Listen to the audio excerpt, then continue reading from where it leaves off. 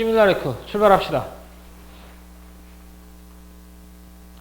문단물 한번 적어볼게요. 네, 알고 있습니다.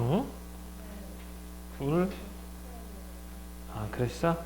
셋, 넷, 이렇게 돼 있어요. 4개로 이뤘어요. 여기가 4개야. 그 다음에 나도 미리 해놓을게. 하나, 둘, 괜찮아. 좀 이따 하면 돼. 셋. 자, 이렇게. 가보자! 이 질문, 우리한테 익숙한 질문이기도 하고, 수업 시간에도 몇 번 했던 것 같아요. 이런 비슷한 질문들.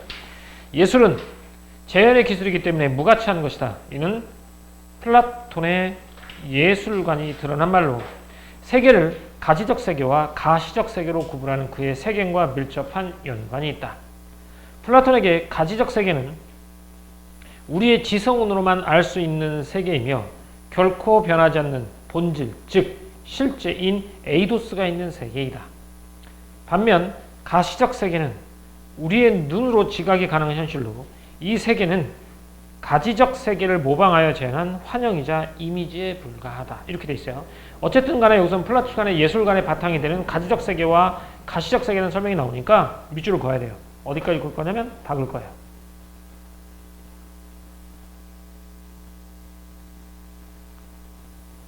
이렇게. 그러면 가지적 세계에 있는 거는 에이도스죠. 에이도스는 다른 말로 뭐라고 하냐면 본질입니다. 그래서 에이도스는 가지적 세계에 존재하는 본질이죠. 같은 거예요, 얘가. 가시적 세계에 있는 건 뭐라고 하냐면 모방하여 재현한 환영이자 이미지에 불과하다라고 말했어요. 이렇게. 근데 우리는 이 가지적 세계를 뭐라고 배웠죠? 가지적 세계를 다른 말로 뭐라고 배웠어요? 현실적 세계. 아니, 가지적 세계. 가지적이요? 이데아라고 배웠죠. 맞아요. 근데 부름 명칭이 좀 다르겠죠. 아무튼 이데아에 있는 것들은 에이도스. 에이도스는 사물의 본질입니다. 자, 가시적 세계에 있는 것은 환영이자 이미지에 불과하다라고 말을 했어요. 다음, 플라톤은 가지적 세계의 사물들을 뭐라고 불렀고? 에이돌론. 얘는 어디에 있는 거라고? 가시적 세계에 있는 거야. 그럼 환영이자 뭐겠니? 환영이자 이미지죠. 이렇게 보죠. 에이돌론을 에이도스의 성질을 얼마나 반영했는지에 따라 다시 뭐와 뭐로 나눴어요? 에이콘과 판타스마로 구분한다. 이렇게 됐죠. 뭘 자꾸 나누지? 에이돌론은 에이콘과 판타스마로 나누게 되죠. 이렇게. 얘는 어디에 있는 거고? 가시적 세계에 있는 거고. 이렇게 구분하면 되겠죠. 가시적 세계에 있는 건 본질인 에이도스. 가시적 세계에 있는 건 환영이자 이미지인 에이돌론. 에이돌론은 에이도스와 얼만큼 성질이 거리감이 얼만큼 되느냐에 따라서 에이콘과 판타스마로 나눈다. 에이콘은 사물을 만든 주체가 건축가나 장인처럼 에이도스에 대한 지식을 가지고 에이도스의 성질을 가능한 정확하게 재현한 좋은 이미지다. 반면 판타스마는 에이도스에 대한 지식 없이 눈에 보이는 현상만을 모방하여 재현한 나쁜 이미지다. 즉 모방한 것을 다시 모방한 사본에 불과하다. 뭐가? 판타스마가. 플라톤은 판타스마를 에이도스의 성질이 없는 가짜, 사입이라는 의미로 시뮬라르크라고 부르며 시뮬라르크. 이거 뭘 시뮬라르크로 부른가? 판타스마를 시뮬라르크라고 부르며 예술이 시뮬라르크에 해당한다고 말한다. 이거야. 그래서 예술이 어디에 해당한다고? 시뮬라르크에 해당한다고. 플라톤은 특히 회화는 화가가 실제에 대해 아무것도 모른 채 실제라고 믿도록 기만하는 사이비 기술이며 인후한 기술로 그려진 작품은 본질에서 멀어진 무가치한 것이라고 주장했다. 라고 했죠. 밑줄 여기다 한번 할까 봐요. 예술이 시뮬라르크에 해당한다고 말했다. 이렇게. 그럼 요 뒤에 있는 문장을 좀만 더 보면 특히 회화 같은 경우는 화가가 실제는 뭐야? 실제는 우리 뭐라고 부르죠? 실제 에이도스 아니야? 에이도스 본질. 에이도스에 대한 아무것도 모른 채 사람들이 실제로 맞죠? 자, 실제라고 믿도록 만든다는 거야. 이게 예술이죠. 그러면 플라톤 입장에서 보면 똑같은 예술이지만 건축이나 조형 이런 것들은 뭐보다는 회화보다는 높게 취급한단 말이야. 왜 그래? 의자를 만들 때 의자를 만든 사람은 머릿속에 있는 인간의 지성으로 판단할 수 있는 본질 세계에 있는 의자라는 에이도스의 의자라는 걸 생각하지. 그리고 그걸 만든 거야. 근데 회화는 우리가 만들어진 걸 그림을 그리잖아. 즉 에이도스에 있는 모방한 것을 또 모방해서 그렸다고 본 거야. 그러니까 어떤 걸 보고 그린 거니까. 사람을 보고 그리든 의자를 보고 그리든 뭔가를 보고 그리잖아. 근데 보고 그린 대상도 역시 뭐야? 모방품이잖아. 그러니까 모방품을 또 모방했다라고 본 거야. 그래서 회화를 되게 무가치한 것으로 본 거야. 사입이라고. 모방의 모방. 사본의 사본 이렇게 불가하다고. 이게 시뮬라르크를 이렇게 비판한 거지. 예술. 자, 이건 누구 거? 누구의 견해? 플라톤의 예술관이죠. 다음 가볼까?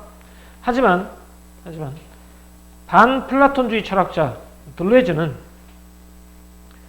플라톤이 원본의 성질을 재현한 정도에 따라 원본과 사본, 시뮬라르크로 위계적인 질서를 부여한다고 지적하며 이러한 플라톤식 사회에는 주체가 이성을 통해 대상의 가치를 판단하고 재단하는 폭력성이 내재했다고 비판한다. 다시 말해 플라톤은 원본과의 유사성을 근거로 진짜 유사와 가짜 유사를 구분짓고 시뮬라르크 말을 무가치한 것으로 폐기했다는 것이다. 말 자체가 조금 어려울 수 있어. 다시 한번 읽어볼게. 원본과 사본이라고 했죠. 원본은 뭐가 되죠 그러면? 에이도스. 사본은? 아니 아니 에이돌론. 내가 다시 봐야 되겠다. 니는 못 믿어서 그런 건 아니야. 에이콘. 그 다음에 시뮬라르크는 뭐라고 했죠? 시뮬라르크 뭐라고 했어? 다른 말로 판타스마. 이렇게 표현한 거야. 그래서 위계적인 질서를 부여했다는 거야. 얘가 가장 좋은 것. 그 다음에 사본. 그 다음에 시뮬라르크. 위계적인 질서를 부여한다고 지적하며 이러한 플라톤식 사회는 주체가 이성을 통해 대상의 가치를 판단하고 재단한다는 거야. 그러면 대상의 가치를 판단하는 건 결국 뭐니? 뭘 통해서? 이성을 통해서 가치 판단하는 거야. 그러니까 이성을 통해 가치를 판단하고 재단하는 폭력성이 내재했다고 비판한다라는 거야. 그러니까 이성을 통해서 옳고 그름을 판단하는 거야. 그러니까 이거 폭력성이다라고 본 거야. 이성의 폭력성. 합리적 이성에 대한 폭력성이야.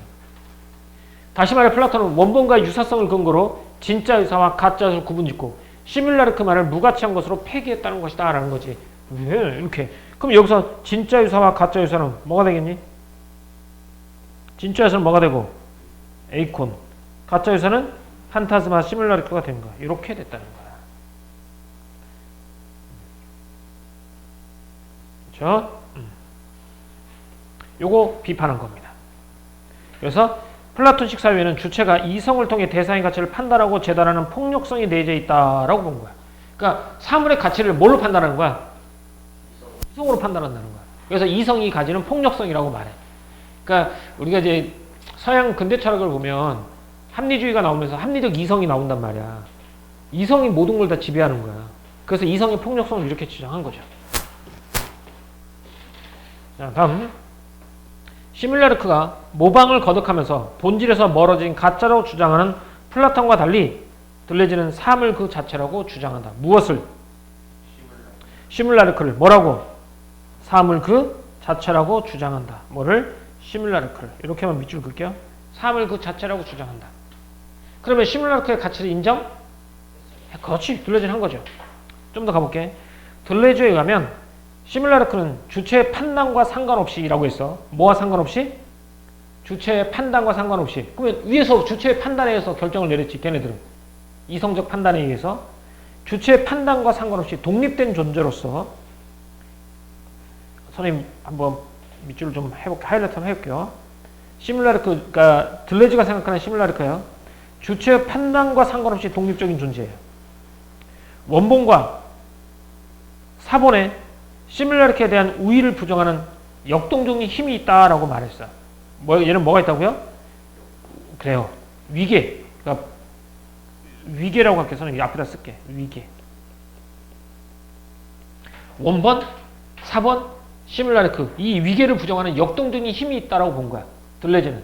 시뮬라르크에. 또 그 힘은 뭘 통해서 실현된다고? 역동적인 힘은 반복을 통해서 실현된다라는 거야. 하나를 그렸어. 봐봐. 하나를 그렸어. 이걸 그렸지. 또 이걸 또 그려. 또 그려. 또 그려. 이렇게 그리는 거야. 그럼 플라톤의 입장에서는 점점 뭐가 돼가는 거야? 쓰레기가 돼가는 거잖아. 근데 들레즈는 뭐라 그랬어? 시뮬라르크 그 자체로 뭐라고? 주체의 판단과 상관없이 독립된 존재야. 그리고 시뮬라르크가 삶을 그 자체라고 본 거야. 그럼 이 각각의 복제본에 대해서 가치를 인정한 거야, 하는 거야? 가치를 인정한 거야. 그리고 시뮬라르크는 반복해서 생성할 때 드러나는 모든 차이가 뭐라고요? 모든 차이가 뭐라고 다? 시뮬라르크가 실제로서 지닌 의미 그 자체라는 거야. 그러면 반복해서 생성할 때 드러나는 모든 차이가 바로 시뮬라르크가 실제로서 지닌 그 자체, 의미 그 자체라고 본 거야. 얘를 그렸지? 얘를 그렸어? 또 얘를 그렸지? 뭔가 차이가 조금이라도 있을 거 아니야? 그 차이가 곧 뭐라는 거야? 실제 그 의미 자체라고 본 거야. 그럼 복제물에도 얘는 의미를 부여한 거지. 다 복제물 하나하나에도 다 의미를 부여한 거야. 이렇듯 정리했죠? 이렇듯 시뮬라르크를 긍정하는 들레즈에 의하면 예술의 목표는 예술가가 플라톤식 사유에서 벗어나 가장 일상적인 반복에서도 서로 다른 의미를 지닌 예술작품을 생성해내는 것이다 라고. 왜냐하면 그것이 예술이 주체와 판단에 의해 가치 없는 것으로 폐기되지 않고 존재 가치를 보존하는 길이기 때문이다 라고 했죠. 플라톤식 사유에서는 주체가 뭐의 판단에 의해서? 뭘 통해서? 이성적 판단을 통해서 가치가 있는 것과 없는 것으로 존재했잖아. 그걸 부정한 거야. 그리고 모든 예술작품 뭐가 있다? 존재 가치를 가지는, 존재 가치를 보존하는 길이다 라고 본 거야. 이렇게 목표를 뭐라고 할까요? 예술의 목표는 예술가가 플라톤식 사유에서 벗어나 일상적인 반복에서도 서로 다른 의미를 지닌 예술작품을 생성해내는 것이다 라는 거야.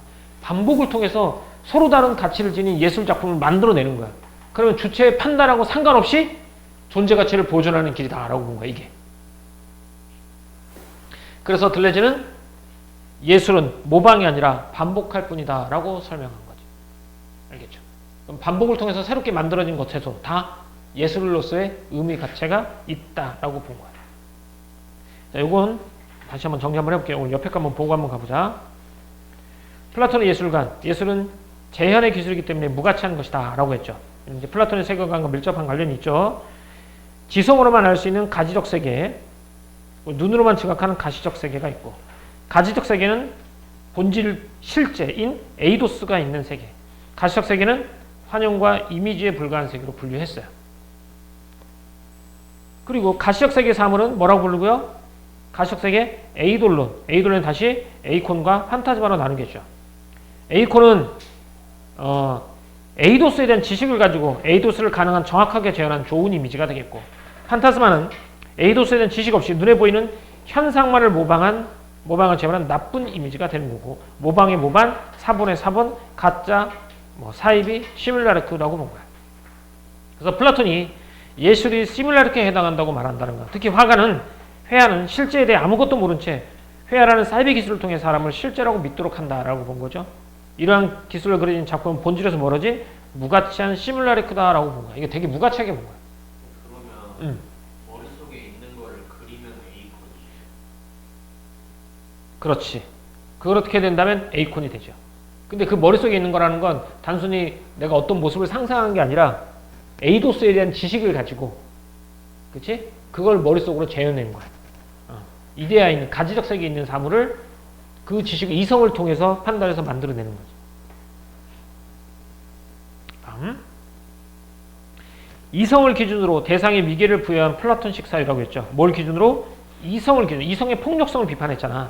그래서 원본, 사본, 시뮬라르크를 원본의 성질을 재현한 정도에 따라 위계적인 질서를 부여했던 이런 플라톤식 사유를 비판했고요.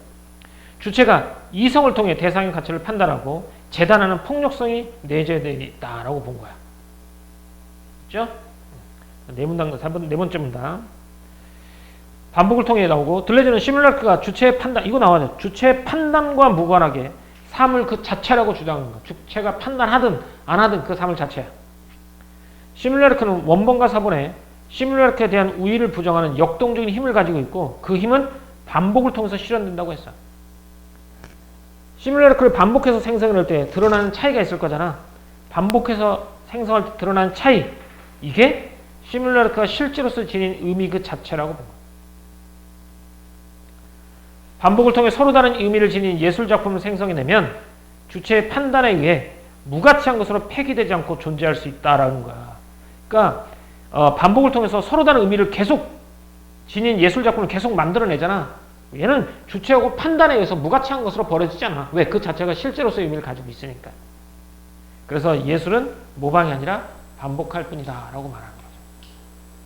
자, 그러면 여기 됐고요. 이게 이제 플라톤적 사유와 들레즈의 사유의 차이점에 대해서 얘기해 봤어요. 다음 작품 가볼게요. 다음 두 번째. 철학자 장 보드리안. 요것도 집중해 줘야 돼. 요거 이해하면 쉬운데 이해하는 과정이 쉽지 않을 수 있어. 미디어와 광고가 생산하는 복제 이미지로 현대사회는 미디어와 광고가 생산하는 복제 이미지들로 만들어진 세계라고 말한다.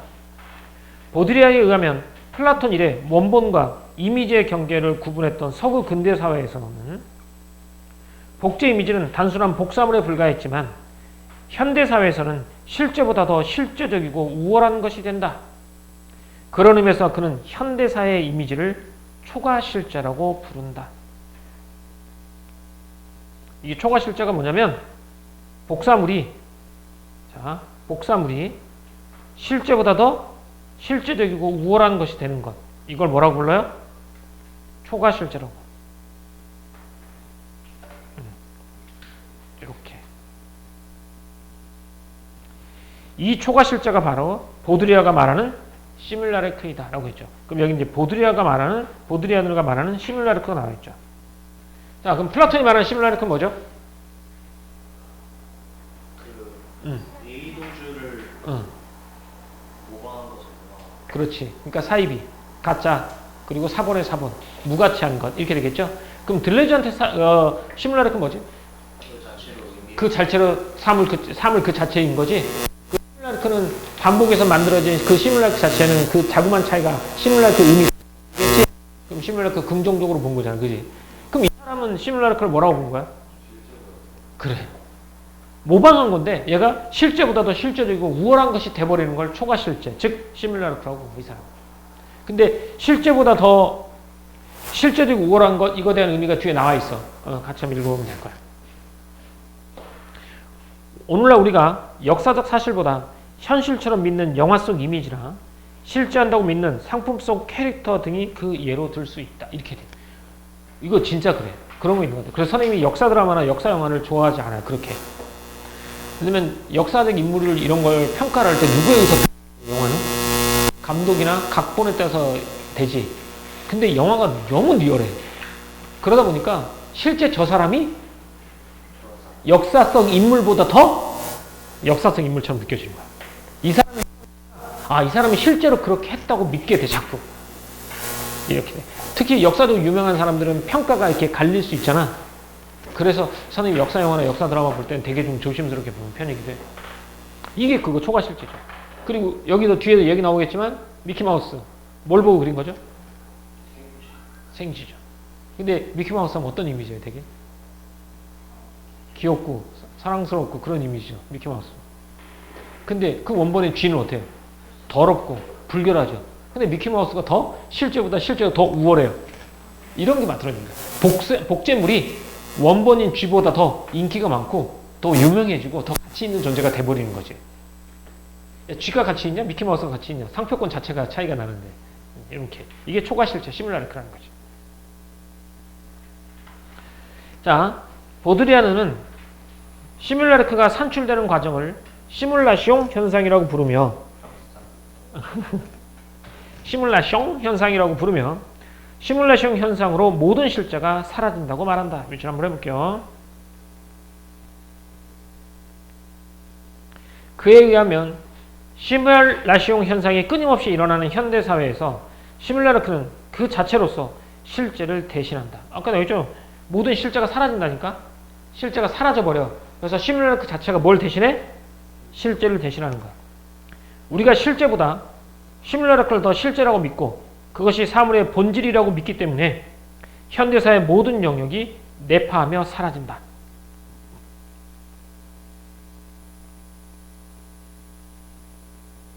이때 네파란 무한히 증식하여 재생산된 시뮬라르크들이 원래 지시하던 기능과 가치를 잃어버려 실제와 시뮬라르크 사이의 경계가 붕괴된 것을 의미한다.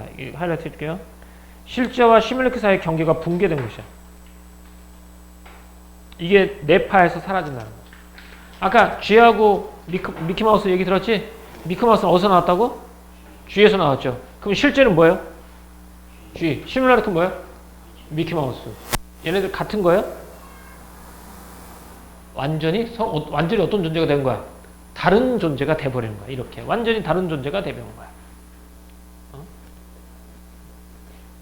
그래서 네파는 무한히 증식하며 재생산된 시뮬라르크들이 원래 실제를 지시하던 기능과 가치를 잃어버렸다는 거야. 미키마우스는 더 이상 뭐를 지칭하지 않아? 쥐를 지칭하지 않는다. 이렇게. 보들리아노는 시뮬라르크 현상의 예로 쥐를 모델로 만들어진 만화 주인공 미키마우스를 든다. 미키마우스는 다양한 미디어에서 반복되면서 쥐를 지시하던 기능과 가치가 사라졌고 사실상 쥐와 별개의 존재가 되었다. 다시 말해 실제 쥐와 미키마우스 사이의 경계는 붕괴됐고요. 미키마우스는 모델했던 실제 쥐보다 오히려 더 실제적이고 더 우월한 초과실제가 된 것이다. 이거 초과실제가 뭔지 알겠죠? 그래서 쥐보다 더 우월한 존재가 되어버린 거야. 이게 네파라는 말하고 시뮬라시옹 현상이라고 말하는 거죠. 시뮬라시옹 뭐야? 모든 실제가 사라지는 거죠. 네파는 뭐니? 원본과 사본의 경계가 없어지는 거야. 이렇게 붕괴되는 거야. 이게 시뮬라시옹 현상이라고 말합니다. 이러한 시뮬라시옹 현상은 오늘날 우리 문화 현상이 되었고 예술의 영역까지도 확장된다. 밑줄. 예술의 영역까지 확장됩니다. 보드리아노는 오늘날 예술 작품이 시뮬라시옹 현상에 의해 도처에서 증식하면서 예술이 가지고 있던 미적 가치가 사라진다고 비판했다. 그럼 이 사람은 시뮬라르크 긍정적으로 본 거야? 부정적으로 본 거야? 부정적으로 본 거죠. 미적 가치가 사라진다고 본 거야. 예술이 일상적 사물에 가까워지고 일상적 사물은 예술에 가까워지면서 미적인 것과 비미적인 것과의 변별성을 잃고 내파되어 사라지기 때문이다 라는 거야. 그럼 여기서 한번 해볼게요. 미적 가치가 사라진다고 본 거야. 시뮬라시옹 현상이. 왜? 내파돼서 사라진다고 했지. 시뮬라시옹이. 그래서 미적인 것과 비미적인 것이 변별성을 잃고 내파세가 사라지기 때문에 어느 것이 미적인 것이고 어느 것이 비미적인 것인지 경계가 없어져 버리는 거야. 보드레에 가면 예술가가 전시장에 깃발, 청소기, 식탁 등과 같은 일상적 사물을 두고 예술로 논하는 모든 것이 미학적인 것이 될 때 그 어떤 것도 더 이상 아름답거나 추하지 않게 되어 동시에 예술은 자신의 한계를 넘어서 그 자체를 부정하고 청산한다. 말이 좀 어려워. 즉 뭐가 사라져 버리는 거니? 예술 그 자체가 내파되어 사라진 상태가 된다. 예술 그 자체가 내파되어 사라진다고 했는데 내파라는 말을 앞에서 뭐였지? 뭐가 사라진다는 거야? 경계가 사라진다는 거야. 그러면 어떤 게 예술이고 어떤 게 일상 사물이고 이 경계가 사라진 거야. 쉽게 말하면 모든 것이 뭐가 될 수 있고 예술이 될 수 있고 모든 것이 다 뭐가 될 수 있다는 거야. 일상이 될 수 있다. 이렇게. 그래서 봐. 예술가가 전시장에서 일상적 사물한테 이걸 두고 뭐라고 논해? 예술로 논하는 거야. 그 어떤 것도 더 이상 아름답고 추하거나 동시에 예술은 자신의 한계를 넘어서 그 자체를 부정하고 청산한다고 했어. 즉 예술 그 자체가 내파에서 사라진 상태가 되는 거지. 그래서 보드리아는 이러한 현상을 초미학이라고 부르고 예술은 너무 많기 때문에 극도로 보잘것없는 것이다 라고 역설했다라고 본 거죠. 그러니까 시뮬레이션 현상으로 인해서 복사본이 너무나 많이 나타나게 되고 그렇게 되면서 이 아름다운 것과 아름답지 않은 것, 예술과 그렇지 않은 것의 경계가 사라져 버렸다는 거지. 이렇게 보면 작품이죠. 자, 다시 한번 여기 두 번째 거 다시 한번 가보자. 보드리아르가 말하는 시뮬라크인 초과실제 한번 가보자. 서구 근대사에서는요, 원본과 이미지의 경계가 어떻게 됐어요? 원본과 이미지의 경계가 분명했습니다. 그렇죠? 그리고 이미지는 단순한 복사물에 불과했어요. 하지만 현대사에서는 복제 이미지가 실제보다 더 실제적이고 우월한 초과 실제가 됐어요. 근데 이 초과 실제가 보드레드가 말하는 뭐가 된다? 시뮬라리크라는 거죠.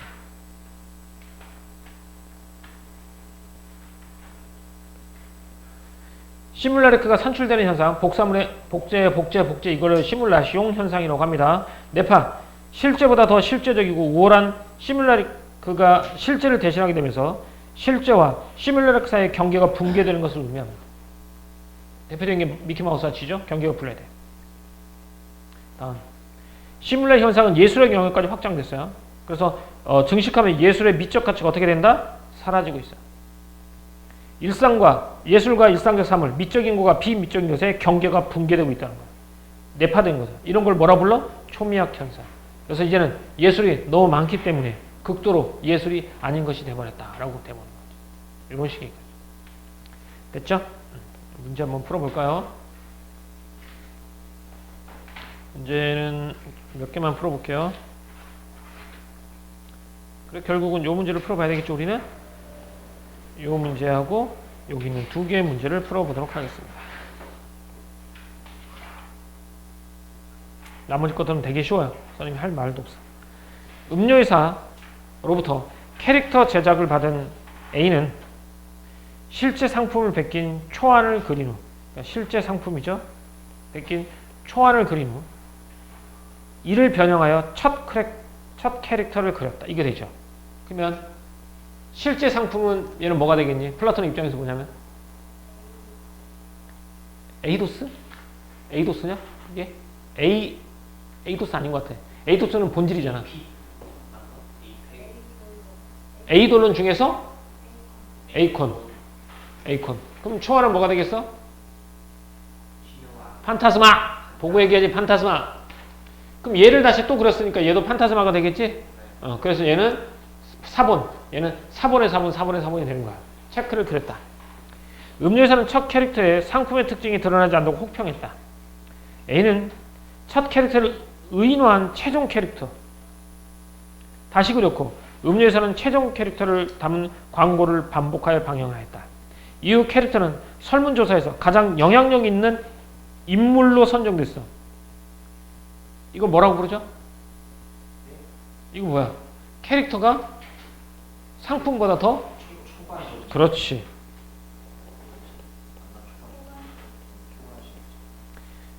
실제 상품보다 사랑받는 인기 캐릭터가 되었다. 이렇게 된 거죠. 자, 나가볼게. 가구장인 B는 자신이 만든 의자를 본또 직접 그린 의자 1 만들었어요. 그렸어요. 그러니까 자신이 만든 의자를 직접 그려서 의자 1을 만들었어요. 그림은 그림이니까. 예술성 인정받아 미술관에 전시됐어요. 화자 씨는 의자 1을 보고 자신만의 방식으로 뭘 그렸어? 의자 2를 그린 후 이를 다시 변형한 의자 3을 그려서 전시했어요. 뭐 하는 짓인지 모르겠다. 그치? 그러자 B는 의자 1의 모델인 실제 의자를 의자 제로로 전시했고 의자 제로가 되겠죠? 평론가들은 이것이야말로 진정한 원본이라고 극찬했다. 이후 예술가들이 깃발, 책상들을 그대로 전시하고 예술을 논하는 현상이 각각 미술관에서 일어났다라고 했죠. 자, 마지막 현상, 이 현상은 무슨 현상이라고 하죠? 초미학. 이렇게 되겠죠. 자, 들레즈와 플라톤은 A가 그린 첫 캐릭터, 이거 플라즈마죠? 를 모방을 거듭한 가짜로 여길 것이다. 누구는? 플라톤은. 맞죠? 들레즈는 그것도 하나의 실제로 여기겠죠? 플라톤과 달리 들레즈는 초안, 첫 캐릭터, 최종 캐릭터 사이에 드러나는 차이를 실제로서 지닌 의미로 볼 것이다. 맞습니까? 예, 맞아요. 플라즈마 사이의 작은 차이를 플라즈마였네. 시뮬라리크 사이에 나타나는 작은 차이를 시뮬라리크 그 자체, 의미 자체라고 봤죠? 맞네요. 들레즈와 달리 보드리아느는 가장 영향력 인물로 선정된 최종 캐릭터가 실제를 대신한다고 여길 것이다. 맞아요? 들레즈는 최종 캐릭터를 뭐라고? 그 자체로 의미를 가진다라고 말하겠죠? 맞네. 보드레아와 달리 플라톤은 의자 영이 실제보다 우월해졌다고 여길 것이다. 들렸죠? 실제는 어디에 있으니까? 어느 세계에 있어? 플라톤에게 말하는 실제는 에이도스에 있죠. 에이도스. 에이도스. 그러니까 에이도스. 이데아에 있는 가지적 세계. 이렇게 되죠. 그 다음 몇 번? 4번이다. 플라톤과 들레즈는 의자 3이 의자 1의 우위를 부정하는 힘이 있다. 왜? 모든 것들을 뭐하게 만든다고? 자, 여기서 보면 플라톤, 아니, 들레즈의 힘 한번 가보자. 힘. 원본과 4번에 시뮬라르크에 대한 우위를 부정하는 역동적인 힘이 있다라는 거야. 우위가 없단 말이야. 어떤 게 높고 낮은 위계적 질서가 없어. 다 같은 가치가 있는 거야. 누구한테는? 들레즈한테는. 그래서 우위를 부정하는 힘이 있다고 여길 것이다. 이걸 우리가 역동적인 힘이라고 말하니까. 됐죠? 답은 이제 4번이 되겠고 다음 거 볼게요. 이거 연결된 문제죠. 플라톤은 자료 위에 B가 만든 의자 얘는 뭐에 해당하죠? 플라톤의 입장에 보면 에이콘 의자니까 에이콘 자료 위에 초하는 판타스마 눈에 보이는 현상을 보면 나쁜 이미지라고 보겠고 맞죠? 얘는 좋은 이미지 얘는 나쁜 이미지 플라톤은 자료 1에서 A가 그린 캐릭터들과 자료에 C가 그린 그림들을 모두 사이비 기술로 그려진 것들이라고 보겠군. 맞지? 사이비 기술 뭐에 대한 지식이 없이 그린 거니까. 그렇지. 가지적 세계 에이도스에 대한 지식이 없이 그린 거니까 사이비라는 거 맞죠? 들레즈는 자료 1에서 첫 캐릭터에 대한 음료의사가 한 혹평과 자료 2에서 의자 제로에 대해 평론가들은 극찬에는 모두 대상의 가치를 재단하는 폭력성이 내재되어 있다고 봤다. 자, 이건 대상의 가치를 뭘로 판단한다고? 지성으로 판단하는 폭력성, 이성으로 판단하는 폭력성이 내재되어 있다고 보았다. 이거 맞아요? 어떤 것들이 우월하고 어떤 건 우월하지 않다라고 말하잖아. 어떤 것들은 우월하다고 보는 거니? 실제에서 가까운 것, 이성에서 판단할 수 있는 것 더 우월하다고 본 거잖아. 보드리아는 자료일의 인기 캐릭터가 최종 캐릭터는 초과 실제가 맞습니까? 자료의 의자 1은 예술성을 인정받는 순간에 초미약 상태가 되었다. 초미약 상태는 어떤 상태가 초미약 상태로 본문에서 보면?